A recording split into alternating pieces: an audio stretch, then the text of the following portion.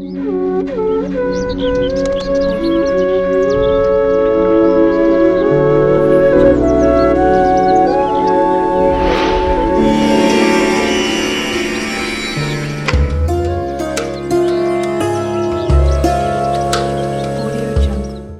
చాలా మంది ఎంత డబ్బు సంపాదించినా కూడా చేతిలో నిలబడదు. ఖర్చులు ఎంత తగ్గించుకున్నా కూడా ఏదో ఒక రూపంలో ఖర్చులు అవుతూ ఉంటాయి.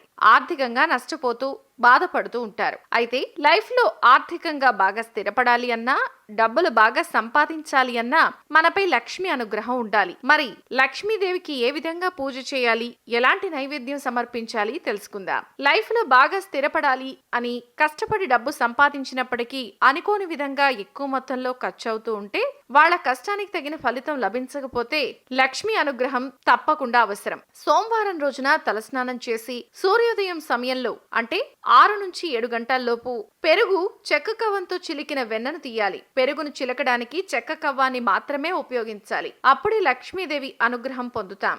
అలా తయారు చేసుకున్న ఆ వెన్నని పాడవకుండా భద్రపరచుకోండి. శుక్రవారం రోజు ఉదయాన్నే తలస్నానం చేసి ఇంటిని శుభ్రం చేసుకుని లక్ష్మీదేవి పూజ చేయండి. పూజ చేసిన తర్వాత ముందుగా సిద్ధం చేసుకున్న ఆ వెన్నలో పొడి పటిక బెల్లాన్ని కలిపి లక్ష్మీదేవికి నైవేద్యంగా సమర్పించాలి. ఇలా చేసిన తర్వాత ఆ వెన్న నైవేద్యాన్ని ఇంట్లో ఉన్న పిల్లలకు తినిపించాలి. ఇలా 11 వారాలు చేయడం వల్ల లక్ష్మీదేవి సంతృప్తి చెంది మనపై అనుగ్రహిస్తుంది.